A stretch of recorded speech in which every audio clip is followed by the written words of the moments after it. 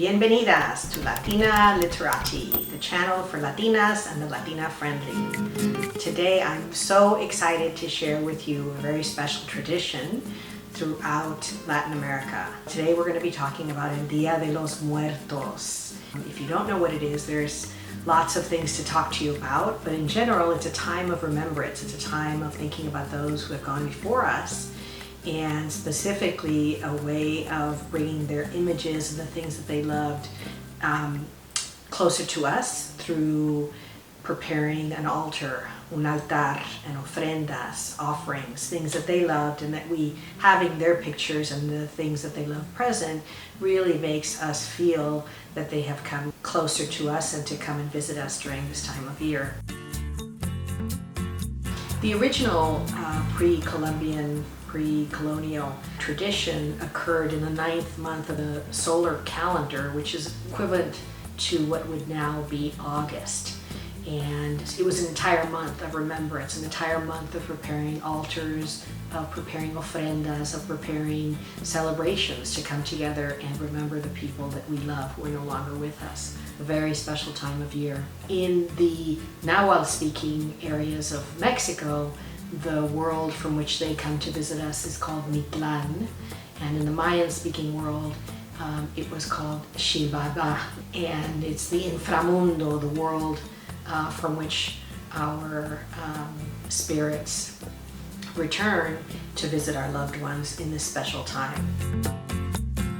One of the most important figures in the modern interpretation of Día de los Muertos is a woman, and her name is La Catrina.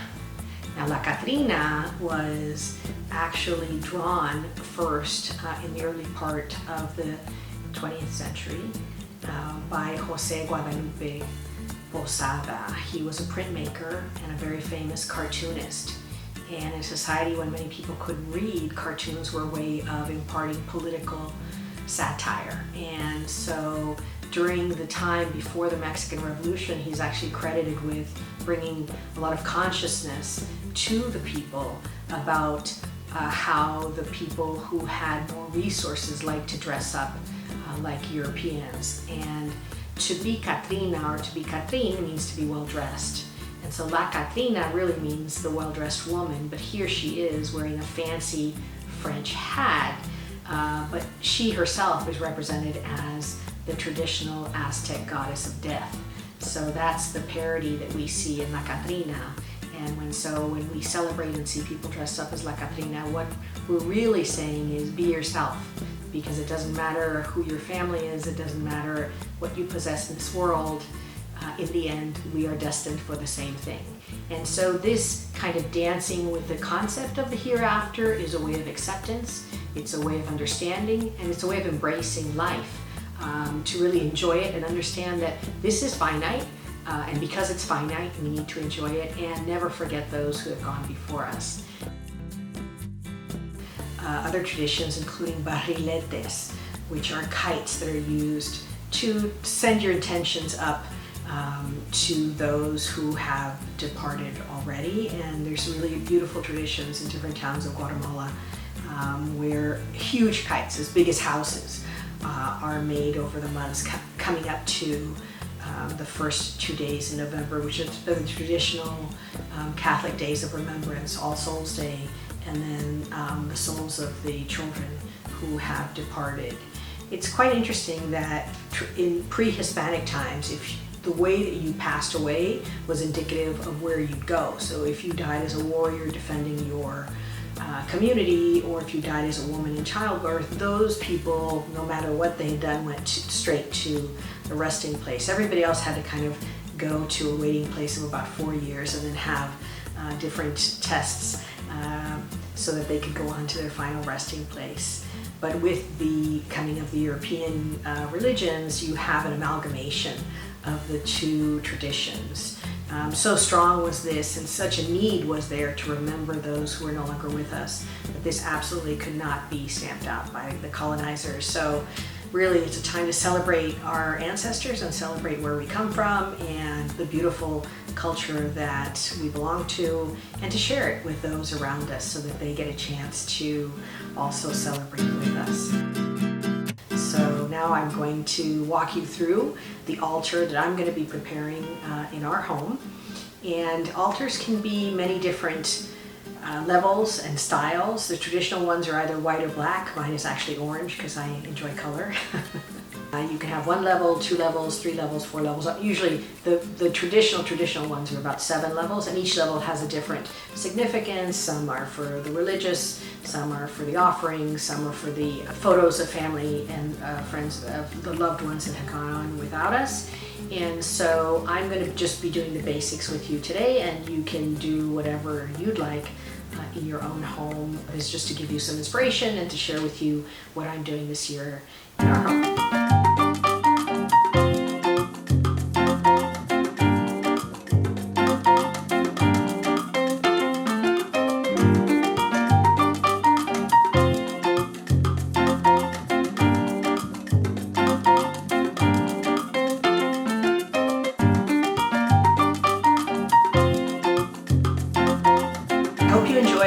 The altar. I did it in quick format because it takes a while, and I wanted you to see kind of the way one layer is built upon the other without having to spend that much time just watching me put together things on the altar.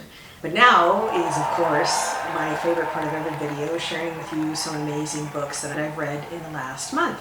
So first, I picked this up actually in the airport. It's called Fossil Men. Kermit Patterson basically takes us through the history of our ancestors. In other words, the oldest biped, which is what is recognized as the significant characteristic of modern people, is that we walk upright. Everything else, all of our primate relatives can do. And this talks about what happens in Ethiopia when that skeleton of almost 4 million years ago is found, and the intrigue and the politics and the history and all the other things that are going on as the scientists are trying to figure out what this is and how to categorize it, because they are not sure. And so there, again, this whole area of science is only about 40 years old. It's pretty amazing. I mean, there have been obviously excavations going on for many, many years, but this particular ability to read the age of fossils and bones found, and now of course DNA sequencing, just puts a whole other level of scientific ability at the disposal of archaeologists and anthropologists and other people. So it's a fascinating read. I mean, it really is like a mystery. So I highly recommend this book. And as always, down below I will leave links for you to purchase these books at independent wholesalers. As I always say, the first place to get a book is your library, because it's a wonderful institution set up by Benjamin Franklin in Philadelphia. It's free, and I support our local libraries always. Second best place, if you don't have a library, or if the library has not reopened yet, is your local independent booksellers. Why? Because they are our friends and family in our neighborhood, and we need to support the people around us, members of our community. If perchance you don't have one close by, or you don't have a relationship with an independent bookseller, then I'm going to help you or offer up independent bookseller links for these books. Some of them are going to be used, lightly used. Some of them come from libraries, and some of them are brand new. You decide what you'd like to do. And the wonderful thing is that most of these leverage, every purchase that you make, leverage books that are donated to communities that need literacy support. So I invite you to take a look at the links that we leave below in the description box. The second wonderful book is called The Satapur Moonstone. And so this is one of 3 books Sujate Masi has shared with us. And the first one was The Widows of Malabar Hill, and the third is The Prince of Bombay. I only have this one here with me because the other ones found new homes, but I loved this series. And the reason why I love this series is because it takes you back to the 1920s and what India, Mumbai was like, and what it was like to work for the first women attorneys, the first female attorneys, and how people come together. And it doesn't matter what your belief system is or what your social standing is. People come together to solve problems and help each other solve problems. And so if that is something we need today, this is a wonderful inspiration for that, and we know that it's something that we need today because we've got lots of problems to solve. So highly recommend it. Again, fast, easy read, just luscious details about India under the Raj, and also the first women attorneys in India or Mumbai. The third book is Wild Frenchmen and Frenchified Indians. This is kind of going back to a video that I did that you'll see later on, actually, because it'll be presented later, about my visit to New Orleans. And so New Orleans, made up of many cultures, made up of many different themes, and we all know New Orleans is a special place, but the French wanted not just to conquer and take the resources of the area, they actually wanted to educate or make French the indigenous populations that were there. Really interesting. So basically saying your culture is of no validity, you need to be like us, say the French. So this talks a little bit about race relations, and it talks about the history of the attitudes and policies of the French and then the Americans towards the indigenous people in New Orleans. Fascinating read, highly recommend it as well. Please feel free to share and like and subscribe if you haven't so far.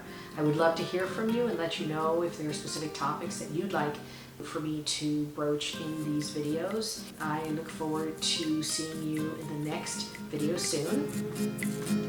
And as always, I wish you health, I wish you love. Mucho amor. Siempre. Gracias.